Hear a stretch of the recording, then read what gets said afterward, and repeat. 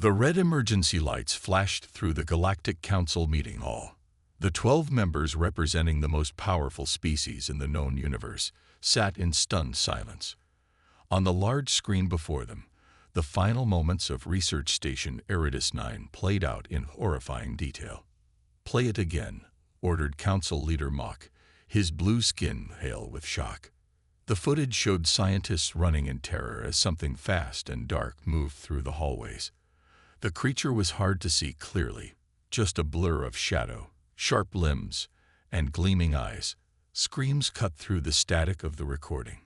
Then silence. "That's the third team we've lost this month," said Lieutenant Tay, standing tall at the center of the room. His silver uniform marked him as a high-ranking Solosian officer. "Whatever this creature is, it's unlike anything we've encountered before." Dr. June stepped forward, her small four-fingered hands trembling slightly as she operated her data tablet. "We've named it the Shadow Claw based on survivor reports. It arrived on Eridus 9 3 weeks ago on a cargo ship from the uncharted planet Nyx." The screen changed to show a star map. Nyx was a small dot at the very edge of known space. "The research team was meant to study simple plant samples," Dr. June continued. "They found a stasis pod in the cargo hold. They thought it contained rare minerals. Instead, the council members shifted uncomfortably in their seats. "How intelligent is this beast?" asked Council Member Rill, a reptilian whose scales rattled with anxiety. "Very," Lieutenant Tay replied. "It disables security systems. It sets traps. It learns from every attempt we make to capture it." Dr. June projected new images on the screen. They showed the aftermath of the attack. Laboratories destroyed, walls torn open, and bodies, or what remained of them. "The Shadow Claw has several unique traits," she explained in a shaky voice. "Its outer skin can resist most energy weapons. It moves faster than our tracking systems can follow. And it seems to sense hostile intent before an attack even begins." "Telepathic?" asked Council Leader Mock. "Possibly," Dr. June nodded, "or it has senses beyond our understanding." Lieutenant Ta stepped forward again. "I've assembled an elite team from the 5 strongest warrior species in our alliance. We leave for Eridus 9 tomorrow." The council leader raised a hand. "The research station contains valuable data and technology. Capturing this creature alive would be ideal." "With respect," interrupted Tai, "capturing it alive may not be possible. My priority is to eliminate the threat before it finds a way off the planet. If this creature reached a populated world..." No one needed to hear the rest. The images on the screen spoke for themselves. "You have our authorization," Mock said finally. "Take whatever resources you need." As the meeting ended, Dr. June approached Lieutenant Tai in the hallway. Her eyes showed deep worry. "The previous teams were confident too," she said quietly. Tay's expression remained firm. "They weren't prepared. We will be. This creature, it's not just strong. It's smart, maybe smarter than we are." Todd checked his weapon, a heavy plasma rifle designed to take down the largest known predators in the galaxy. "Intelligence isn't everything, Doctor. Sometimes raw power is the answer." On the screen behind them, the final frame from the research station showed a pair of glowing eyes in the darkness, watching the camera, waiting.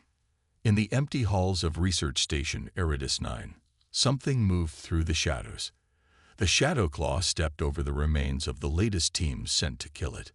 It tilted its head, as if listening to distant sounds. New visitors would be arriving soon. The creature made a sound, something between a purr and a growl. It wasn't angry. It wasn't afraid. It was simply waiting to see what challenges these new hunters would bring. The game was just beginning. The Galactic Council meeting hall was packed.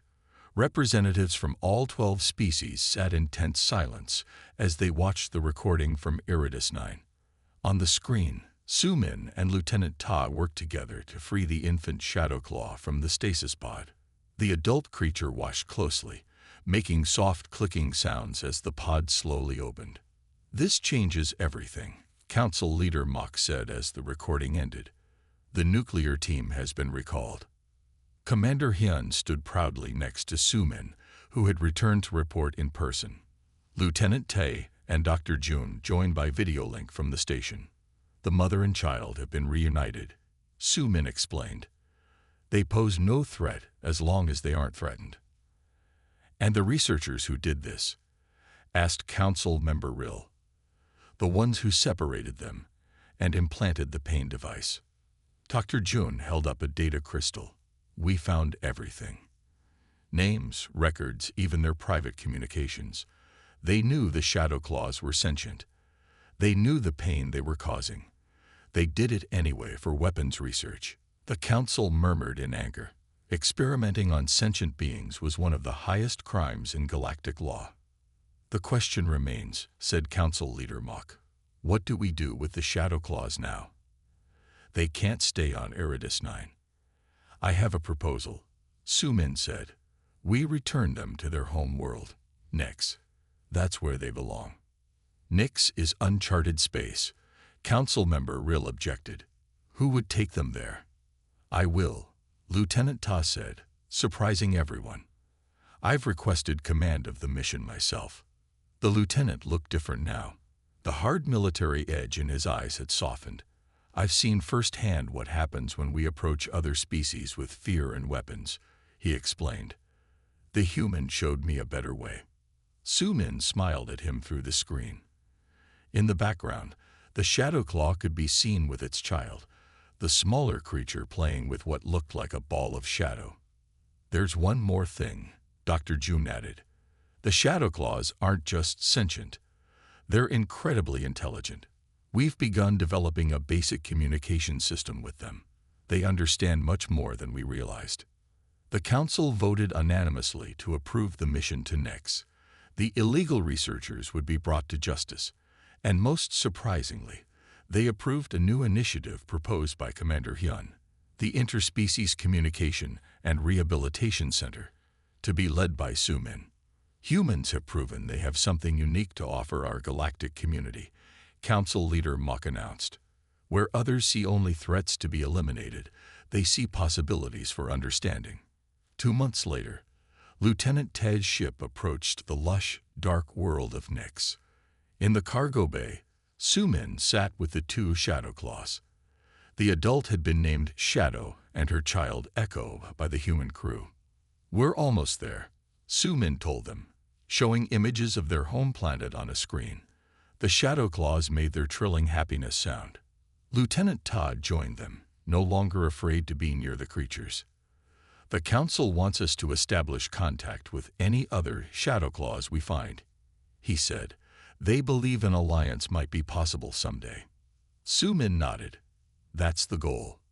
Understanding, not fear. As the ship landed on Nyx, Sumin walked with Shadow and Echo to the exit ramp. The planet's surface was bathed in the soft light of a distant sun, perfect for creatures who live between light and darkness. Shadow turned to Sumin one last time.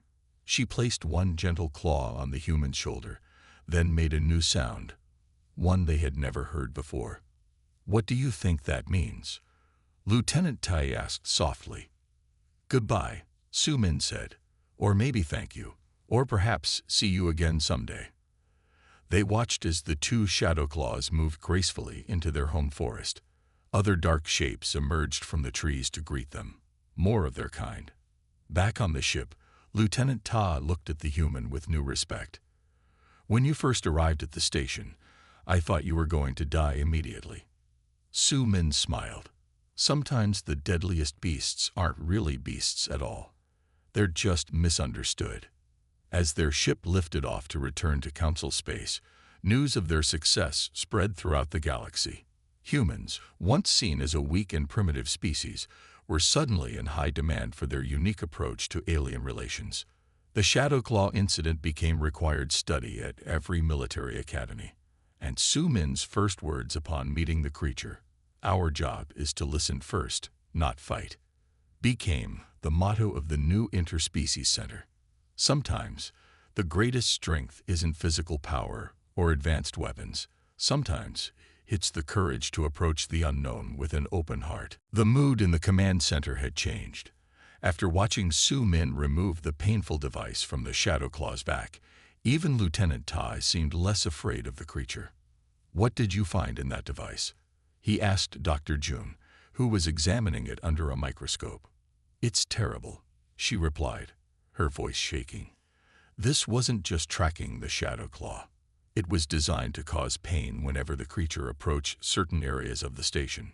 "Why would anyone do that?" Tai asked. "Control," Dr. June said. "And there's more. Look at these readings." The device was collecting data on how the Shadow Claw's body reacted to pain. Someone was studying its healing abilities. Lieutenant Tai's face darkened. "That's against every Galactic Council law on treatment of sentient species." "Exactly," Dr. June agreed. "Which means whoever did this didn't want anyone to know." In the living quarters where Su Min had made her base, things had changed dramatically. The Shadow Claw moved freely around the room now, no longer staying by the door. It seemed lighter somehow, its movements more graceful without the constant pain of the implant. "I need to see what's in Section 7, Su Min told the team through her communicator. "That's what it's been protecting all this time." "Too dangerous," Lieutenant Tai replied immediately. "The nuclear team will be here in less than 3 days. We should evacuate while we can." Su Min looked at the Shadow Claw, which was examining her notebook with curious eyes. "If we leave without learning the truth, we'll never understand what happened here. And we'll be destroying evidence of illegal experiments." After more debate, Lieutenant Tai reluctantly agreed. "But you're not going alone. I'm coming with you." "No weapons," Su Min insisted. "The Shadow Claw trusts me now, but it still associates weapons with danger." An hour later, Lieutenant Tai arrived at Su Min's location. He wore no armor and carried no weapons, though he looked deeply uncomfortable without them. The Shadow Claw growled softly when he entered. "It's okay," Su Min said to the creature in a calm voice. "He's here to help." Lieutenant Tai stood very still, hardly daring to breathe as the Shadow Claw approached him. It sniffed the air around him, then made a low sound in its throat. "It remembers you from before," Su Min explained, "but it knows you're different now." Together, the strange group made their way through the station toward Section 7. The Shadow Claw led the way, sometimes stopping to make sure they were following. "It wants us to see something," Su Min said. When they reached the entrance to Section 7, the Shadow Claw stopped. The door was heavily damaged, with claw marks scoring the metal. "This is where most of the attacks happened," Lieutenant Ta said quietly. "Whatever's inside, it didn't want anyone to get to it." Or maybe, Su Min suggested, it didn't want something inside to get out. The Shadow Claw made a new sound, a series of clicks followed by a low hum. It pressed one claw against the door control, but nothing happened. "It wants us to open it," Su Min realized. Lieutenant Ta hesitated, then entered his security code. The damaged door slid open with a groan of metal. Inside was a laboratory unlike any other part of the station. The equipment was advanced and unfamiliar. And lining the walls were stasis pods, 7 of them. 6 were empty, but one contained a swirling dark mass. "What is this place?" Lieutenant Ta whispered. The Shadow Claw moved to the active stasis pod and placed a claw gently on the surface. The mass inside seemed to respond, pressing against the glass. "Oh," Su Min said softly as understanding dawned. "It's not what it was protecting. It's who." Dr. June, watching through the camera feed, gasped. "It's an infant. The Shadow Claw has a child." Lieutenant Ta stared in shock. Someone was experimenting on both of them, separating them. That's why it fought so hard to reach this place. The Shadow Claw made the trilling sound again, pressing its head against the stasis pod. The dark mass inside moved in response. "We need to free it," Su Min said. "It's been trying to rescue its child all this time." Lieutenant Ta looked uncertain. "We don't know if it's safe. There must be a reason they kept them separated." Su Min turned to him, her eyes firm. The reason was illegal experimentation on sentient beings. Are you going to continue what they started, or help me make it right? After a moment, Lieutenant Ta nodded. Tell me what to do. 3 weeks had passed since Lieutenant Tai and his elite team arrived at Research Station Eridus 9. The once clean and orderly facility now looked like a war zone. Walls were burned with plasma fire. Doors were torn from their frames. Dark stains marked the floors. Team 5 is down, reported Officer Rin over the radio. Her voice was tight with fear. The Shadowclaw ambushed them in Section 7. No survivors. Lieutenant Ta slammed his fist against the wall of the command center. This was the 5th team lost.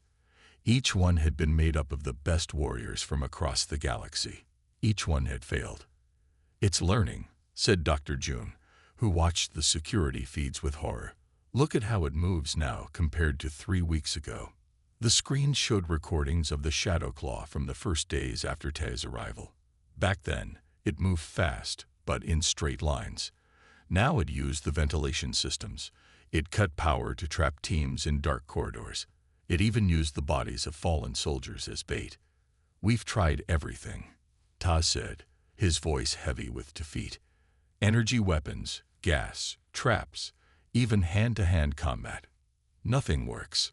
The latest footage showed the Shadowclaw clearly for the first time. It stood taller than any human, with 6 limbs that ended in claws sharp enough to cut through metal. Its body seemed to shift between solid and shadow. Most disturbing were its eyes, deep amber and filled with what looked like intelligence. It's watching us, Dr. June whispered. Not just hunting, studying. The door to the command center slid open. 4 soldiers carried in a wounded teammate. It was Captain Da, leader of the latest team sent to hunt the beast. His armor was torn open across the chest, revealing 3 deep gashes. Medical team, shouted Ta. Dr. Min rushed forward with emergency supplies. What happened? Captain Da coughed, his voice weak. It could have killed me. It had the chance, but it just looked at me, like it was curious. Dr. June leaned closer. Did it communicate with you? Not with words, Da said, but it made a sound. Then it just left me alive, like it was sending a message. The room fell silent. The idea that the creature might be trying to communicate made it even more frightening. Lieutenant Ta's communicator beeped. It was an incoming message from the Galactic Council. He stepped away to answer it. The Council has reached a decision, he announced when he returned. His face was grim. They're sending a nuclear sterilization team. They want to destroy the entire research station. But all the research, Dr. June protested. And what if it survives? Asked Officer Rin. We don't even know what it's capable of. Ta looked at the screens showing the Shadowclaw moving through the station like it owned it. The decision is made. We have 1 week to evacuate all survivors. Then they destroy everything. That night, while most of the team tried to rest, Dr. June couldn't sleep. She reviewed all the data they had collected on the Shadowclaw. Something wasn't adding up. It's not just killing for food or territory, she said to herself. There's a pattern here. She noticed that the creature attacked most aggressively when teams carried certain weapons or approached specific areas of the station. It was almost like it was protecting something. Her thoughts were interrupted by an alert from her tablet, a message from the Galactic Council. Emergency Council meeting, SCHEGULET. New approach, POCD by human delegation. Dr. June frowned. Humans were new to the Galactic Council. Most species saw them as weak and primitive. What could they possibly suggest that 5 elite teams hadn't already tried? In the darkened corridors below, the Shadowclaw moved silently. It passed by a sleeping technician without harming him. It wasn't interested in killing without reason. It was waiting, watching. Something new was coming to the station. The Shadowclaw could sense it. There's something embedded in its back, Lieutenant Tai told Su Min through the communicator, a small metal device with a red light. Su Min frowned. She had been with the Shadow Claw for nearly 2 days now. They had developed a careful routine. The creature would let her move about the station as long as she avoided certain areas and made no sudden movements. "Can you access the original research team's records?" she asked. "I need to know if they placed something on the Shadow Claw." Dr. June searched through the files. "Here," she said after a few minutes. "They installed a tracking and control device. It was supposed to keep the creature docile for study." "Is it still working?" asked Sumin. "It should be," Dr. June replied. "But the report says it caused the creature extreme pain during installation. They had to use 3 times the normal sedative dose." Sumin watched the Shadow Claw pacing near the doorway. Now that she knew what to look for, she could see it occasionally reaching back with one of its limbs, as if trying to scratch something it couldn't quite reach. "It's hurting it," she realized. "The device is malfunctioning." In the command center, Lieutenant Ta shook his head. "Even if you're right, what can we do? We can't exactly ask it to hold still while we remove it." "Maybe we can," Sumin said quietly. Over the next few hours, Sumin began a new approach. She took a small mirror from her pack and showed the Shadow Claw its own reflection. The creature was startled at first, then fascinated. It studied its image, moving closer to Sumin than it ever had before. "I need to help it understand," she explained to the teen watching. "It needs to know I've seen what's hurting it." Slowly, very slowly, Sumin mined pain, touching her own back where the device would be on the Shadow Claw. The creature watched with those intelligent amber eyes. Then, it turned and showed its back to her, the red light of the device blinking between its scales. "It understands," Dr. June whispered in amazement. "I need surgical tools," Sumin said. "Something small and precise. I think I can remove it." "That's insane," Lieutenant Ta protested. "You want to perform surgery on the deadliest creature we've ever encountered." "Yes," Sumin replied simply. "It's in pain. It's asking for help." After much argument, Dr. June prepared a small kit with basic surgical tools.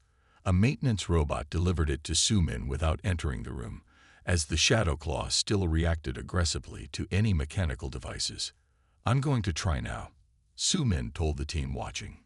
"Please don't interfere, no matter what happens." The command center fell silent as everyone watched the screens. Sumin approached the Shadow Claw, tools in hand. She showed each tool to the creature first, explaining in a soft voice what she planned to do. "I'm going to help you," she said, knowing the Shadow Claw couldn't understand her words but might understand her tone. "This will hurt for a moment, but then the pain will stop." The creature made a low rumbling sound. Then, to everyone's shock, it lay down on the floor, exposing its back fully. "Trust," breathed Dr. June. "It's actually trusting her." With careful, steady hands, Sumin began to work. The device was deeply embedded between the scales. As she touched it, the Shadow Claw flinched but remained still. In the command center, no one spoke. No one even seemed to breathe. Lieutenant Tay's hand hovered over the alarm button, certain that at any moment the creature would attack. After 20 tense minutes, Sumin finally extracted the device. It was small but complex, with tiny needles that had been buried in the Shadow Claw's flesh. As soon as it was removed, the creature's body relaxed visibly. "Got it," Sumin said, holding up the device for the camera to see. The Shadow Claw rose and shook itself, like a dog shaking off water. It made a new sound, a high, trilling note that echoed through the room. "That's happiness," Sumin said with a smile. "Or relief, at least." The creature moved around the room with new energy, its movements more fluid than before. When it approached Sumin, everyone in the command center held their breath. The Shadow Claw stopped just in front of her. Then, slowly, it lowered its head until it was at eye level with the human. Amber eyes met brown ones. "Hello," Sumin said softly. "Nice to properly meet you." Dr. June leaned forward, studying the removed device. Her eyes widened as she realized what she was seeing. "This isn't just a tracking device," she said. There's something else here. Something that doesn't match any approved research protocol. Lieutenant Ta looked at her sharply. What do you mean? I mean, Dr. June said gravely, that someone was doing illegal experiments on this creature. And I think I know why it was so desperate to keep us away from Section 7. 12 hours had passed since Su Min's first encounter with the Shadow Claw. In the command center, Lieutenant Tai and Dr. Jun had not left their posts. They watched the screens with a mixture of fear and amazement. I don't understand, Lieutenant Ta said, shaking his head. That thing killed 23 of our best soldiers. Why is it just watching her? On the screen, Su Min sat cross-legged in a small room she had chosen as her base. The Shadow Claw remained at the doorway, sometimes leaving but always returning. It never came too close, but it never went far either. She's been writing in that notebook for hours, Dr. Jun observed. I wonder what she's learning. Su Min's voice came through the communicator. I'm ready to share my first findings. Can you hear me? We hear you, Dr. Jun replied. What have you discovered? The Shadow Claw isn't just a predator, Su Min explained. It's a sentinel species, a protector. A protector? Lieutenant Ta scoffed. It's killed everyone it's encountered. Not everyone, Su Min corrected gently. And not without reason. Look at the pattern of attacks. She explained how she had mapped every incident in the station. The Shadow Claw had been most aggressive near the laboratories and cargo bays.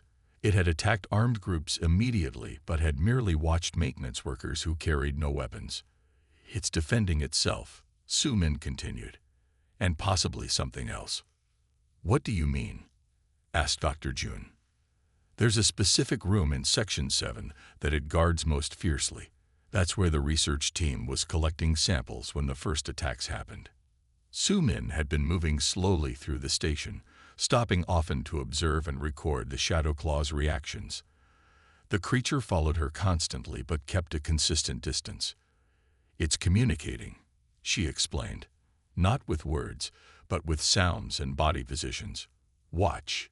The camera showed Su Min reaching slowly into her bag.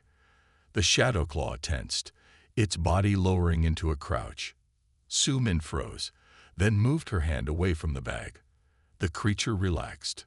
It's warning me, she said, not attacking right away. It has been showing remarkable restraint all along. Restraint. Lieutenant Ta couldn't believe what he was hearing.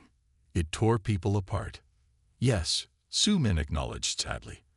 When it felt cornered or when people approached certain areas with weapons. But notice how it left Captain Dai alive. It was sending a message.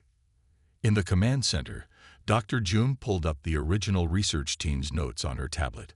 The team that found the stasis pod. They were planning to take biological samples from the creature while it was sleeping. They treated it like a specimen, not a sentient being, Su Min said. That's why it reacted with such fury when it woke up. The Shadow Claw made a low humming sound from the doorway. Su Min hummed back, matching the tone. The creature's amber eyes blinked slowly. I think it's trying to understand me as much as I'm trying to understand it, she said. Lieutenant Tai leaned back in his chair, his face troubled. Even if you're right, the nuclear team will be here in 4 days. The council won't change their minds based on a theory. Then I need proof, Su Min replied. I need to find out why it's here and what it's protecting. As night fell on the station, Su Min continued her observations. The Shadow Claw remained nearby, sometimes pacing, sometimes sitting still. Once, when Su Min yawned, the creature made a similar motion with its jaw. It's mirroring me, she whispered into her communicator, learning my behaviors. In the command center, Dr. Jun watched with growing excitement. This is unprecedented. No one has ever established this kind of connection with an alien predator before. Lieutenant Ta remained skeptical. Connection or not, that thing is still dangerous. One wrong move and she's dead. But as they watched, Su Min did something that made everyone gasp. She turned her back to the Shadow Claw and began writing in her notebook again. It was the ultimate sign of trust. The Shadow Claw tilted its head, observing. Then, slowly, it turned its back too, showing the same trust in return. "Remarkable," breathed Dr. June. "She's right. It's not just a mindless killer." But Lieutenant Ta noticed something else on the creature's back, a small metallic object embedded between its scales, blinking with a faint red light. "What is that?" he wondered aloud. "It looks like some kind of implant." The emergency meeting room of the Galactic Council was filled with tension. Leaders from 12 species sat around the large round table, their faces showing worry and fear. "Nuclear sterilization is our only option now," said Council Leader Mock. "We've lost 23 elite soldiers. The creature cannot be allowed to leave that planet." The screens on the wall showed the latest footage from Iridis 9. The Shadow Claw moved through the hallways, seemingly aware of the cameras tracking it. "The evacuation will be complete in 6 days," reported Lieutenant Ta through the video link. His face looked tired and defeated. "Then you can destroy the station and the beast with it." From the back of the room, a voice spoke up. "What if there's another way?" All heads turned to look at Commander Hyun. He was one of only 3 humans who worked with the Galactic Council. Humans were the newest species to join the galactic community, and many council members still viewed them as primitive. "The human wishes to speak," said Mock with a slight tone of surprise. "Go ahead, Commander." Hyun stood up and walked to the center of the room. Unlike the other species present, he had no special physical features, no scales, no extra limbs, no natural armor. Just a simple uniform and confident eyes. "I've reviewed all the reports," Hyun said. "Every team that approached the Shadow Claw did so with weapons and fear. What if that's exactly what triggers its aggression?" Council Member Rill laughed. "Are you suggesting we ask it nicely to surrender?" Some others joined in the laughter, but Hyun remained serious. "I'm suggesting we send someone who specializes in understanding dangerous creatures, not killing them." He pressed a button, and a new image appeared on the screen. It showed a woman with short, dark hair and calm eyes. "This is Su Min. She works with the most dangerous predators on Earth." "A beast tamer?" asked Council Leader Mock with disbelief. "An animal behaviorist," Hyun corrected. "She has developed methods to communicate with creatures that others consider too dangerous to approach." Dr. June, who was listening through the video link, leaned forward with interest. "What would her approach be?" "Observation without threat," Hyun explained. "The Shadow Claw seems to respond to hostile intent. Su Min would approach without weapons, without fear if possible." "That's suicide," exclaimed Lieutenant Ta. "This isn't some Earth animal. It's killed everyone who's gotten close to it." Hyun shook his head. "Not everyone. Captain Day reported the creature let him live. It made a sound at him. It might be trying to communicate." The council room filled with murmurs. Some dismissed the idea immediately. Others looked thoughtful. "Humans are physically weaker than most species here," said Council Member Rill. "What makes you think she would succeed where our best warriors failed?" Commander Hyun smiled slightly. "Because she won't try to be a warrior. That's the point." Dr. June spoke up from the video link. "Lieutenant Tai, if the creature wanted to simply kill everything, we'd all be dead already. It's being selective. What Commander Hyun suggests, it's worth trying before we destroy everything." Lieutenant Ta looked unconvinced, but Council Leader Mock raised his hand for silence. "We have 6 days until the nuclear team arrives," he said. "How quickly can this human be ready?" "She's already prepared," Commander Hyun replied. "She can leave today." After more debate, the council voted. The decision was made. Su Min would have 72 hours to attempt communication with the Shadow Claw before final evacuation and destruction of the facility. As the meeting ended, Lieutenant Ta contacted Commander Hyun privately. "I hope you know what you're doing," Ta said. "This human will be walking into certain death." "Maybe," Hyun admitted. "Or maybe she'll show us a different approach to a problem we couldn't solve with force." On Earth, Su Min packed a small bag with observation tools and basic supplies. No weapons, no armor, just notebooks, recording devices, and her years of experience with dangerous predators. They say it's the deadliest creature they've ever encountered, her assistant told her with worry. Su Min nodded calmly. Every creature communicates in its own way. Our job is to listen first, not fight. She closed her bag and prepared for the journey to Iridis 9, unaware that the Shadowclaw was already sensing her approach. The ship carrying Su Min landed at Iridis 9 with a soft hiss. Lieutenant Tay and Dr. Jun waited at the dock, their faces tense. "Welcome to Iridis 9, Lieutenant Ta said stiffly as Su Min stepped out. "I still think this is a mistake, but the Council has made its decision." Su Min smiled. She was shorter than both aliens, with calm eyes that seemed to miss nothing. Her small backpack looked out of place next to the heavy weapons carried by the guards. "Thank you for the welcome," she said. "I'd like to see all the footage of this Shadowclaw first, please." In the command center, they showed her everything. Attack after attack. Death after death. The Shadowclaw moving like liquid darkness through the station. Su Min watched without fear, taking notes in a small book. "Here's your protective gear," Lieutenant Ta said, pointing to a heavy suit of armor. "And your weapon. It won't kill the beast, but it might slow it down enough for you to escape." Su Min looked at the gear, then shook her head. "I won't be needing those." "What?" Lieutenant Tay's voice rose in disbelief. "That's suicide. Every person who approached the Shadowclaw with weapons or armor is dead," Su Min explained calmly. "I need to show it I'm different." Dr. Jun stepped forward. "The human may be right, Lieutenant. Our approach hasn't worked." Lieutenant Tai threw up his hands in frustration. "Fine, it's your life." He tapped his communicator. "We'll be watching through the security cameras. When things go wrong, we can't help you. You'll be too deep in the station." Su Min nodded. "I understand.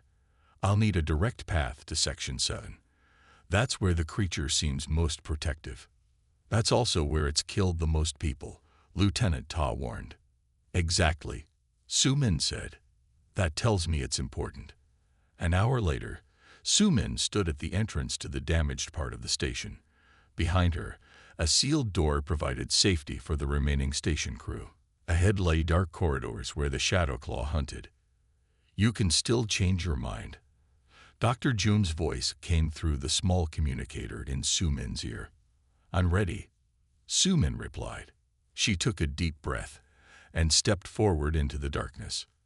In the command center, Lieutenant Ta, Dr. Jun, and a dozen crew members watched the screens with tense faces. They tracked Su Min's progress through the station's cameras. "She's moving too slowly," muttered Ta.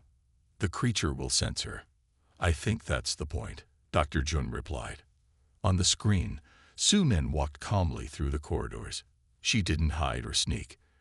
Instead, she moved openly, sometimes stopping to examine marks on the walls or floors.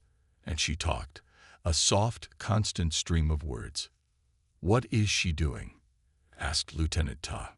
Announcing herself, Dr. Jun realized. Not hiding her presence. A shadow moved at the edge of the camera's view. Everyone in the command center tensed. "It's there," whispered an officer, 10 meters behind her. The Shadowclaw came into view, its 6 limbs moving with eerie grace. It followed Su Min at a distance, head tilted as if curious. For the first time, they could see it clearly, dark scales that seemed to absorb light, amber eyes that glowed with intelligence, and claws that had torn through armor like paper. "She's dead," Lieutenant Ta said flatly. But the Shadowclaw didn't attack.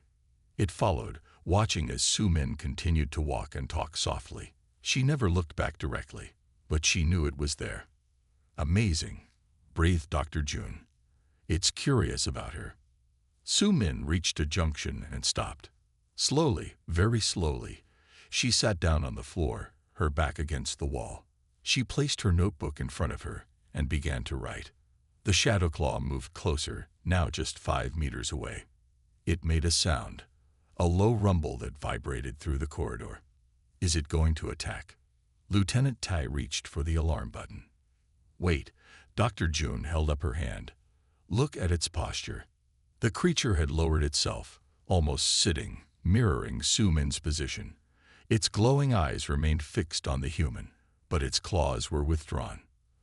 For the first time since the nightmare began, the deadliest creature in the galaxy was not attacking.